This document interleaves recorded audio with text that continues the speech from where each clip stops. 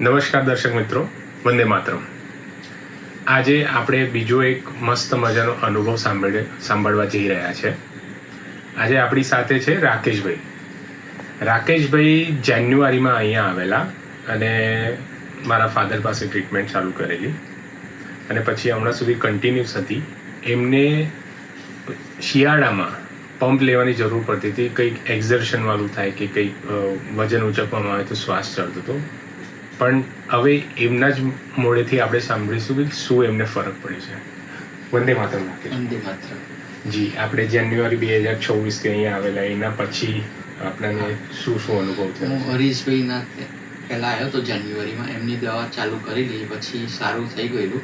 પછી આપણા ત્યાં આવ્યો, એમની દવાથી પણ ઘણું સારું છે. હજી સુધી મને પછી પહેલા મહિનાથી પંપ લેવાની જરૂર પડી નથી અને અત્યારે મારી દવા બધી બરાબર ને બહુ સારું રિઝલ્ટ મને પૂરેપૂરું મળ્યું છે આપણા ત્યાંથી. જી, તો દર્શક મિત્રો, આપણે સાંભળ્યું કે એમને ઘણું સારું છે. હવે એમની અહીંયાથી દવા પણ ધીરે ધીરે બંધ થઈ રહી છે.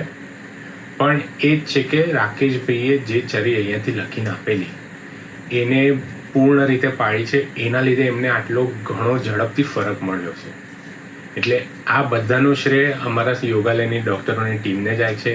એમને જે રીતે ડાયગ્નોસિસ કર્યું, જે રીતે દવા પ્રિસ્ક્રાઇબ કરી, એમને હું ખૂબ ખૂબ આભાર માનું છું ને આ બધું શ્રેય ભગવાન શિવના ચરણોમાં અર્પિત કરું છું. અસ્તુ. વંદે માતરમ.